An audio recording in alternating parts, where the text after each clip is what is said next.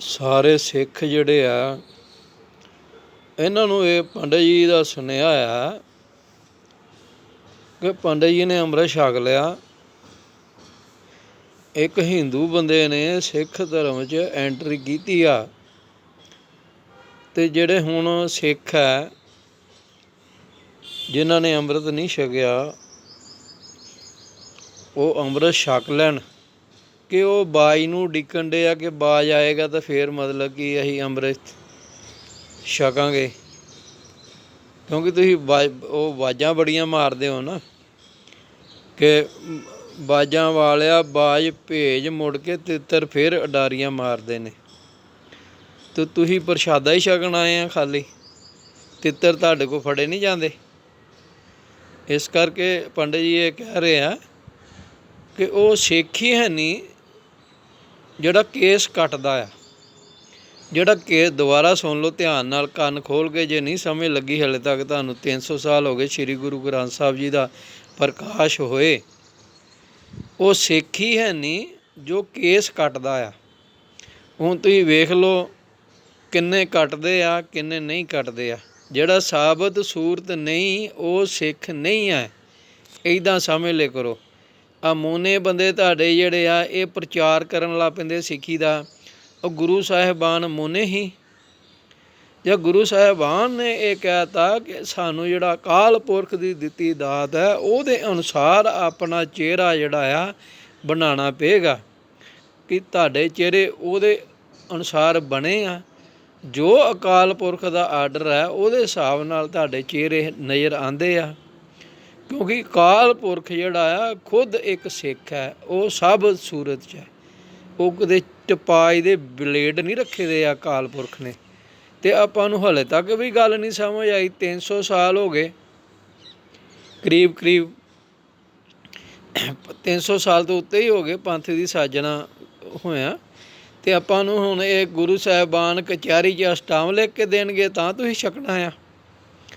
ਇੱਕ ਮੋਨਾ ਬੰਦਾ ਕਹਿਣ ਡਿਆ ਕਿ ਤੁਸੀਂ ਅੰਮ੍ਰਿਤ ਛਕ ਲਓ। ਉਹ ਮੋਨਾ ਤੈਅ ਕਰ ਰਿਹਾ ਉਹਨੇ ਛਕ ਲਿਆ ਆ ਅਤੇ ਤੁਸੀਂ ਕਿਹਨੂੰ ਡਿੱਗਦੇ ਆ। ਬੜਾ ਅਫਸੋਸ ਹੁੰਦਾ ਕਿ ਤੁਸੀਂ ਸਿੱਖੀ ਦਾ ਘਾਣ ਕੀਤਾ ਹੋਇਆ। ਕਹਾਉਂਦੇ ਸਿੱਖਾਂ ਮੂੰਹ 'ਤੇ ਤੁਹਾਡੇ ਦਾੜੀ ਨਹੀਂ ਹੁੰਦੀ। ਕਹਾਉਂਦੇ ਬੜੇ ਆਪਣੇ ਆਪ ਨੂੰ ਫੰਨੇਗਾ ਸਮਝਦੇ ਆ। ਤੁਸੀਂ ਗੁਰੂ ਸਾਹਿਬਾਨ ਦੇ ਹੁਕਮ ਨੂੰ ਤੁਸੀਂ ਰੋਲਦੇ ਆ। ਮੈਨੂੰ ਬੜੀ ਸ਼ਰਮ ਆਉਂਦੀ ਆਹ ਪੰਥ ਦਾ ਤੁਸੀਂ ਜਲੂਸ ਕੱਢਿਆ ਪਿਆ। ਇਸ ਕਰਕੇ ਤੁਹਾਨੂੰ ਇਹ ਜਿਹੜਾ ਨਾ ਅੰਮ੍ਰਿਤ ਛਕਣਾ ਹੀ ਪੈਣਾ ਜੇ ਗੁਰੂ ਸਾਹਿਬਾਨ ਜੀ ਦੀ ਫਿਲੋਸਫੀ ਨੂੰ ਸਮਝਣਾ। ਕਿਉਂਕਿ ਜਿਹੜੇ ਸਾਰੇ ਸਿੱਖ ਗੁਰੂ ਸੀ ਉਹਨਾਂ ਦੇ ਕੇਸ ਸੀ, ਕਿਸੇ ਨੇ ਕੇਸ ਕੱਟੇ ਸੀ। ਤੁਹਾਨੂੰ ਹੁਣ ਇਹ ਇੱਕ ਇੱਕ ਗੱਲ ਸਮਝਾਉਣੀ ਪਏਗੀ ਕਿ ਆਪਾਂ ਇੱਦਾਂ ਕਰਨਾ ਆ, ਨਹੀਂ ਆਪਾਂ ਹੁਣ ਇੱਦਾਂ ਕਰਨਾ ਆ। ਸਮਝ ਨਹੀਂ ਆਉਂਦੀ ਗੱਲ। ਬਾਣੀ ਦਾ ਪਹਿਰਾ ਲਾ ਕੇ ਰੱਖੋ, ਉਹ ਤੁਸੀਂ ਪੜ੍ਹਨੀ ਨਹੀਂ। ਅਕਲ ਜਿਹੜੀ ਆ ਬਾਣੀ ਪੜ੍ਹਨ ਤੋਂ ਆਉਂਦੀ ਆ। ਪੰਡਿਤ ਜੀ 40 ਪਾਠ ਕਰੀਬ ਕਰਦੇ ਰੋਜ਼। ਪੰਡਿਤ ਜੀ ਨੂੰ ਅਕਲ ਥੋੜ੍ਹੀ ਜਿਹੀ ਆਈ, ਮਾੜੀ ਜੀ। ਕਿਣਕਾ ਇੱਕ ਜਿਸ ਜੀਵ ਵਸਾਵੈ, ਮਾੜਾ ਕਿਣਕਾ ਹਲੇ ਕਿਣਕੇ ਤੋਂ ਵੀ ਥੋੜ੍ਹਾ ਹੀ ਆ ਅਕਲ ਥੋੜ੍ਹੀ। ਇੱਦਾਂ ਥੋੜ੍ਹੀ ਅਕਲ 'ਤੇ ਹੱਥ ਮਾਰੇ ਕਰੋ। ਆਪਣੇ ਆਪ ਨੂੰ ਕਹਾਉਂਦੇ ਤੁਸੀਂ ਸਿੱਖਾਂ। ਮੇਰੇ ਕੇਸਾਂ ਦੀ, ਮੇਰੇ ਗੁਰਬਾਣੀ ਬੇਅਦਬੀ ਕੇਸਾਂ ਦੀ ਤੁਹਾਡੇ ਕੋਲ ਗਵਾਹੀ ਨਹੀਂ ਦਿੱਤੀ ਗਈ, ਉਦੋਂ ਮੈਂ ਮੋਨਾ ਸੀ। ਕਿਹੜੇ ਗੁਰੂ ਦੇ ਸਿੱਖਾਂ? ਮੈਨੂੰ ਤਾਂ ਅੱਜ ਤੱਕ ਸਮਝ ਨਹੀਂ ਲੱਗੀ ਤੁਹਾਡੀ। ਇਸ ਕਰਕੇ ਗੁਰੂ ਸਾਹਿਬ ਨੇ ਜੋ ਸਾਨੂੰ ਕਿਹਾ ਹੈ ਉਹ 'ਤੇ ਅਮਲ ਕਰੋ। ਔਰ ਪੰਡਿਤ ਜੀ ਦੀ ਜਿਹੜੀ ਗੱਲ ਆ ਉਹ ਧਿਆਨ ਨਾਲ ਸੁਣੋ। ਇਹ ਤੁਹਾਨੂੰ ਮੈਂ ਕਹਿਣ ਡਿਆ ਹਾਂ, ਕਿਉਂਕਿ ਹਿੰਦੂ ਬੰਦਾ ਆ ਕੇ ਪੰਥ ਦੇ ਵਿੱਚ ਐਂਟਰੀ ਕਰ ਗਿਆ। ਉਹ ਹਿੰਦੂ ਬੰਦਾ ਸਿੱਖ ਬਣ ਗਿਆ। ਕਿਉਂ ਬਣ ਗਿਆ? ਕਿ ਤੁਸੀਂ ਨਲਾਇਕ ਆ ਸਾਰੇ। ਗੁਰੂ ਸਾਹਿਬਾਨ ਨੂੰ ਹੁਣ ਮੋਨਾ ਬੰਦਾ ਸਿੱਖ ਬਣਾ ਕੇ ਭੇਜਣਾ ਪਿਆ ਵੀ ਇਹਨਾਂ ਨੂੰ ਕੁਛ ਸਮਝਾਓ। ਹੁਣ ਤੁਸੀਂ ਮੇਰੀ ਗੱਲ ਸੁਣਨੀ ਆ ਕਿ ਨਹੀਂ ਸੁਣਨੀ ਆ? ਜੇ ਤੁਸੀਂ ਨਹੀਂ ਸੁਣਨੀ ਆ ਤਾਂ ਫਿਰ ਨਾ ਸੁਣੋ, ਫਿਰ ਖਾਓ ਧੱਕੇ। ਫਿਰ ਤੁਹਾਡੀ ਜਿਹੜੀ ਕਮੇਟੀ ਆ ਉਹ ਵੀ ਹੁਣ ਸਰਕਾਰ ਦੇ ਅੰਡਰ ਆਉਣੀ ਹੈ। ਜਿੱਦਾਂ ਹਜ਼ੂਰ ਸਾਹਿਬ ਉੱਧਰ ਜਿਹੜਾ ਕਮੇਟੀਆਂ ਸਰਕਾਰੀ ਹੋ ਗਈਆਂ, ਇੱਦਾਂ ਹੀ SGPC ਕਮੇਟੀ ਸਰਕਾਰੀ ਬਣ ਜਾਣੀ ਆ। ਦੇਖਦੇ ਰਹੋ। ਫਿਰ ਜੰਗਲਾਂ 'ਚ ਜਾਇਓ, ਜਿੱਦਾਂ ਪਹਿਲਾਂ ਘੁੰਮਦੇ ਸੀ ਨਾ ਉੱਦਾਂ ਹੀ ਘੁੰਮਣਾ ਪੈਣਾ ਤੁਹਾਨੂੰ। ਬਾਰ ਕਹਿਣ ਰਹੇ ਆ ਕਿ ਇੱਕ ਗੱਲ, ਇੱਕ ਪਲੇਟਫਾਰਮ 'ਤੇ ਆ ਜਾਓ। ਸਿੱਖ ਕੋਈ ਕਾਂਗਰਸ 'ਚ ਵੜੀ ਜਾਂਦਾ, ਕੋਈ BJP 'ਚ ਵੜੀ ਜਾਂਦਾ, ਕੋਈ ਹੋਰ ਕਿਸੇ ਪਾਰਟੀ 'ਚ ਵੜੀ ਜਾਂਦਾ। ਇੱਕ ਪਾਰਟੀ ਨਹੀਂ, ਇੱਕ ਜਗ੍ਹਾ ਤੁਹਾਨੂੰ ਇਕੱਠੇ ਹੋਣਾ ਨਹੀਂ ਆਉਂਦਾ। 300 ਸਾਲ ਹੋ ਗਏ ਸ੍ਰੀ ਗੁਰੂ ਗ੍ਰੰਥ ਸਾਹਿਬ ਜੀ ਦਾ ਪ੍ਰਕਾਸ਼ ਹੋਇਆ, ਔਰ ਸਿੱਖ ਜਿਹੜੇ ਆ ਇੱਕ ਉਹਨਾਂ ਦਾ ਗੁਰੂ ਇੱਕ ਆ, ਪਰ ਤੁਸੀਂ ਇਕੱਠੇ ਕਿਉਂ ਨਹੀਂ ਹੈਗੇ? ਇਹ ਪੰਡਤ ਜੀ ਜਿਹੜੇ ਆ ਤੁਹਾਡੇ ਕੋਲ ਸਾਰੇ ਪੰਥ ਤੋਂ ਜਵਾਬ ਮੰਗਦੇ ਆ ਕਿ ਤੁਸੀਂ ਇਕੱਠੇ ਕਿਉਂ ਨਹੀਂ ਹੈਗੇ ਜੇ ਗੁਰੂ ਤੁਹਾਡਾ ਇੱਕ ਆ। ਇਹਦਾ ਮਤਲਬ ਤੁਸੀਂ ਗੁਰੂ ਨੂੰ ਇੱਕ ਨਹੀਂ ਨਾ ਸਮਝਦੇ, ਤੁਸੀਂ ਆਪਣੇ ਅਲੱਗ-ਅਲੱਗ ਬਣਾਏ ਦੇ ਆ।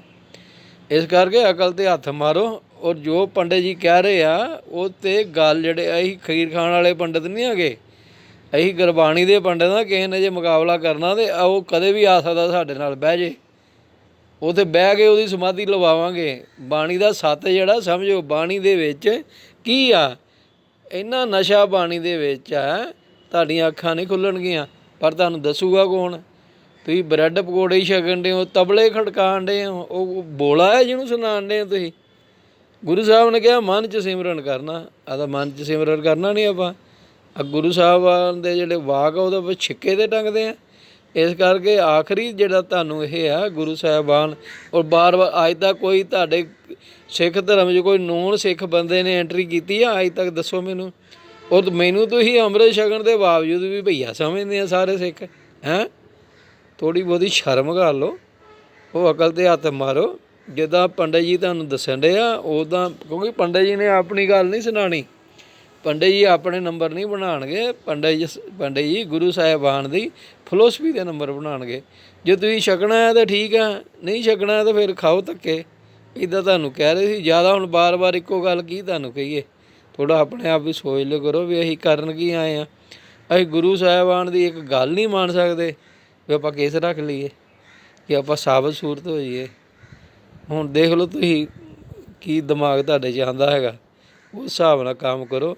ਬਾਕੀ ਪੰਡਤ ਜੀ ਇਹ ਕਹਿ ਰਹੇ ਤੁਹਾਨੂੰ, ਬੇਨਤੀ ਬੂਨਤੀ ਕੋਈ ਨਹੀਂ ਹੈ, ਗੁਰੂ ਸਾਹਿਬ ਦਾ ਹੀ ਆਰਡਰ ਆ।